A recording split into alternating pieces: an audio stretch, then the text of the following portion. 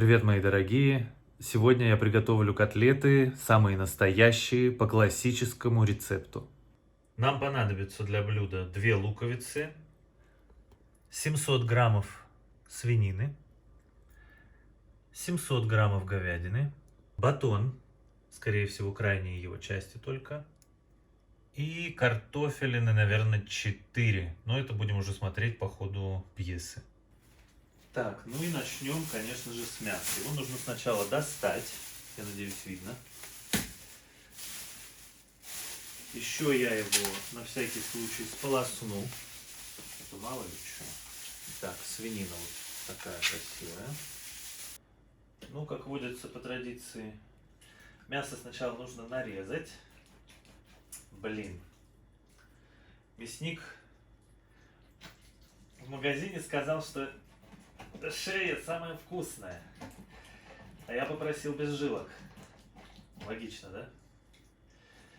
Я его, наверное, не разрежу и не накручу сегодня. А, жесть.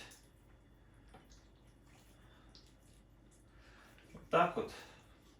Блин, какой-то капец. Может, ну что будет? Так, сейчас попробуем этот.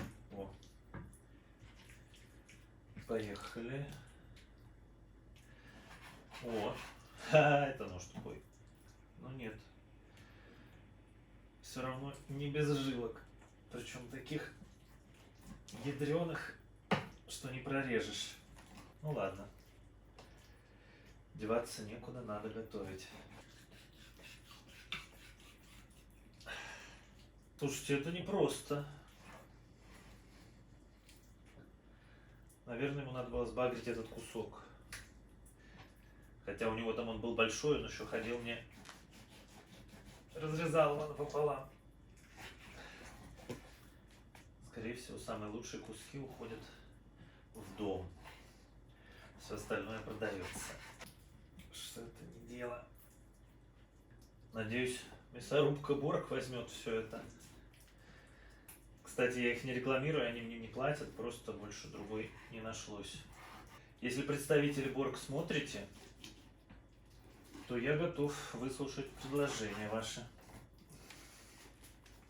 Там снимается хоть? Фу, наконец-то, все, говядина порезана. Очередь свинины. Так, вот тоже кусок мощный.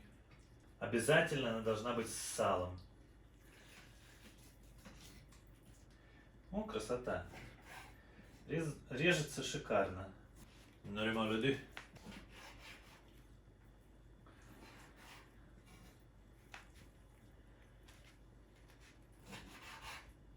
Так, все. Практически закончили резать. Сейчас наконец-то начнем крутить. Вот как раз в самом начале пущу вот эти куски с салом. И потом надо не забыть про батон. Сделали. Убрали сразу, чтобы не мешалось. Вот в такой штуке я буду крутить.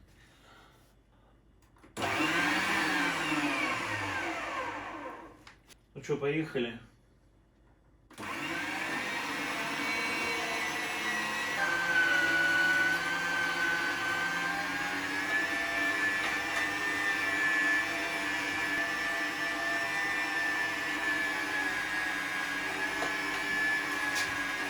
Теперь говядину пустим.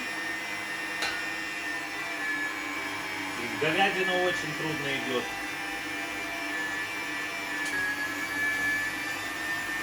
Вот здесь показывает время, сколько крутится мясо. Сейчас 3 минуты всего. А вручную сколько это занимает? Короче, говядину плохую дали.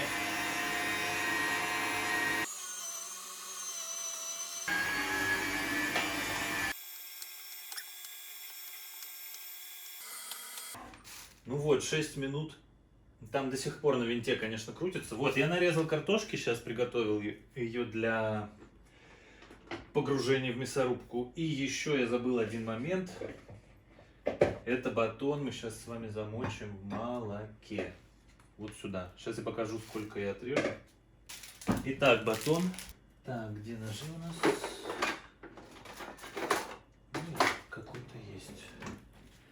Берем с этой стороны примерно вот столько. И с этой стороны тоже примерно столько же. Сейчас у меня еще есть батон. Оттуда я тоже отрежу. Вот 3 получилось штуки, вот таких краюшки. Возьмем вот эту штуку. Возьмем молоко в канистре. Сейчас покажу, сколько налить. Я думаю, вот так видно, да? Видите, да, там вот чуть-чуть. И прям вот таким образом его туда макаем. Прям вот этой нижней частью. Вот прям вот так, чтобы он хорошо в себя взял все молоко. Так. И следующий также. Можно его даже чуть-чуть ложкой сейчас будет разбомбить. Все. Руки у меня чистые, естественно. Все, он уже чувствуется, что мягкий. Сейчас еще плесну чуть-чуть сверху молока. Много не надо. Так, все. Все, пусть батон там размачивается. Теперь картошка пойдет.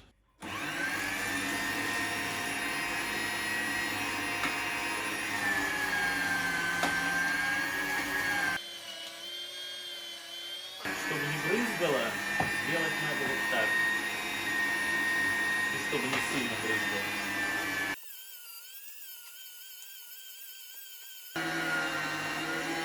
Вот так вот все получается. Или не добавлять больше уже. Наверное, все. 3 вот у меня осталось, 4 я туда искрошил. Теперь лук.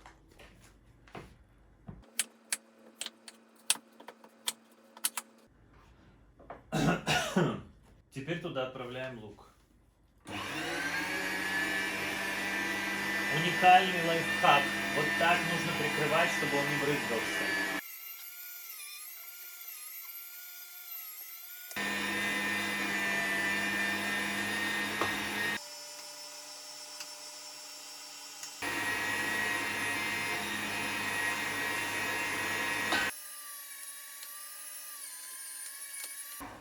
Все, лук готов, и теперь еще один уникальный лайфхак. Берем вот ту часть из батона, которая еще не намокла, верхняя, и прочищаем мясорубку, чтобы там ничего полезного не осталось.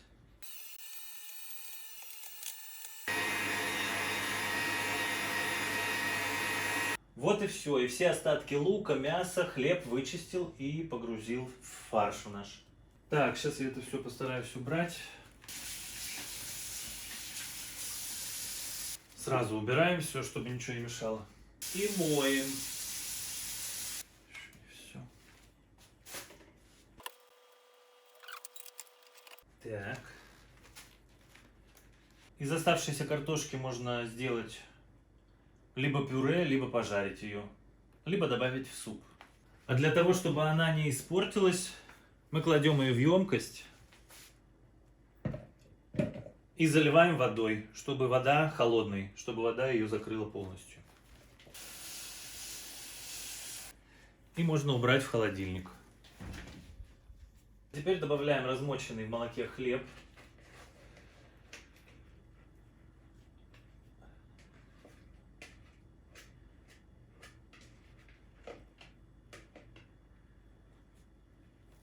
Перемешиваем. Так. Мне кажется, что у меня сейчас все отсюда полезет.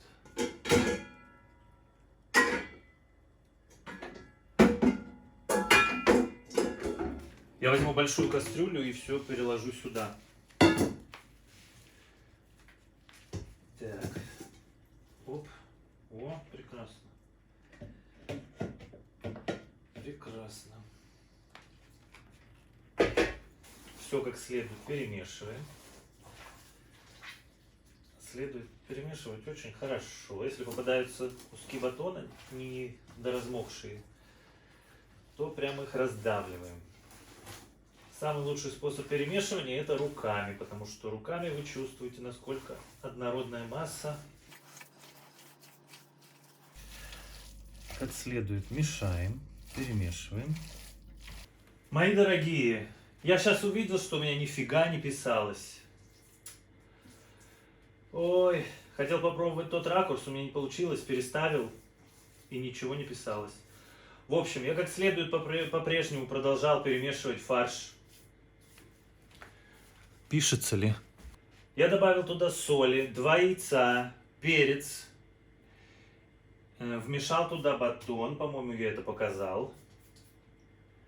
Перец, 2 яйца, соль. И чайную ложку соды я туда добавил еще. Блин, самое интересное не писалось. Ё-моё. Ладно. Все, я вот это все перемешал еще на несколько раз, когда уже добавил соль, яйца, перец и батон.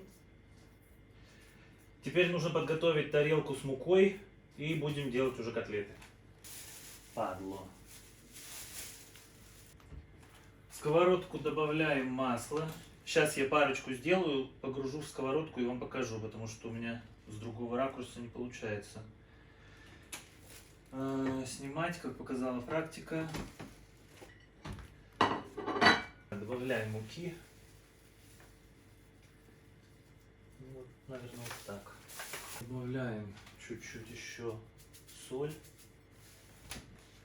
Вот так вот вилкой повозекаем. И начинаем котлеты делать.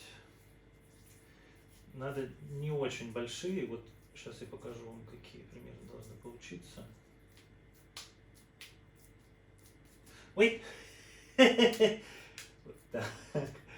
Вот, примерно такие. Вот так благодаря яйцам липнут к рукам, поэтому можно делать их теперь в муку. Переворачиваем. И кладем первую, сейчас еще разок. Вот сковородка. Укладываем первую. Главное нам не переборщить. Так, вот примерно такие. Наверное, это тоже большеватые чуть-чуть. Меньше сейчас буду делать, постараюсь. Вот такие теперь.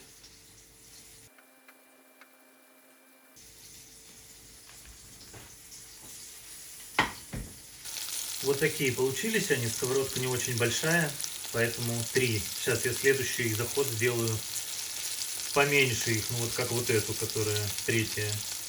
Попробую, по крайней мере. Вот следующую партию я буду ложкой делать,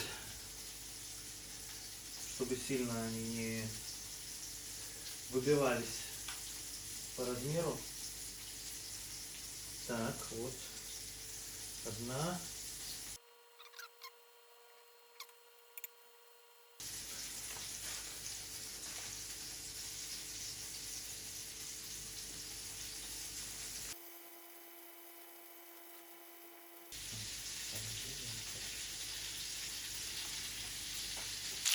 Вот смотрите, какие они уже получаются, красотки. Вот я еще добавляю следующую партию.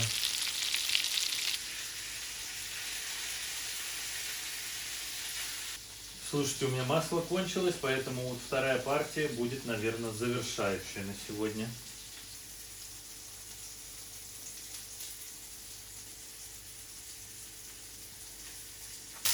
Итак, вот уже вторая партия на подходе.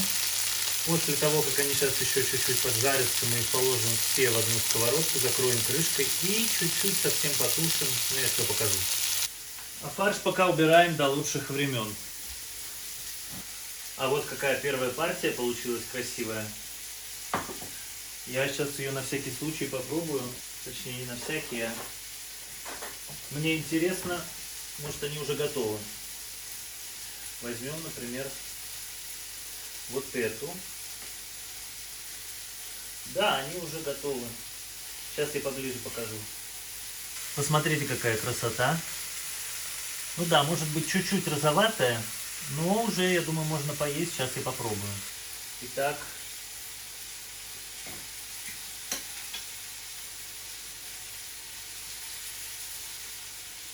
Слушайте, они божественные просто. Я, наверное, таких с самого детства не ел. А вот это еще. Да, вот они. Готовые?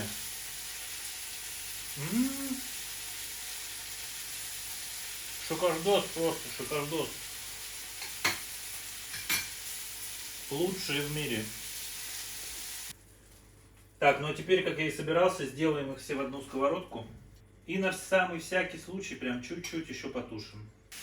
Сковородку из чайника воды буквально чуть-чуть плеснем. Вот столько. И закрываем крышкой, пусть посидят там, ну, минут 10, наверное, 20. Пока вода не выпарится, и я сейчас чуть-чуть убавлю на двоечке. Итак, мои дорогие, прошло 20 минут, и я их выкладываю. Все, наверное. Нет. Выкладываю и буду сейчас снова пробовать. Вот такие они получились. И сейчас их попробую.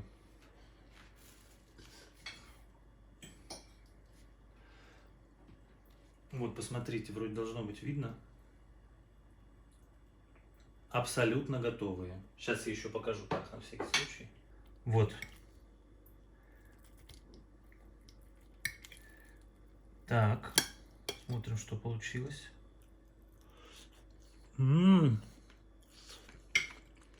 Шикарные. Превосходно получилось. Просто супер. Ну все, теперь вы тоже знаете рецепт классических советских котлет. Готовьте. Подписывайтесь на канал, ставьте лайки, пишите в комментариях, как у вас получилось. Пока.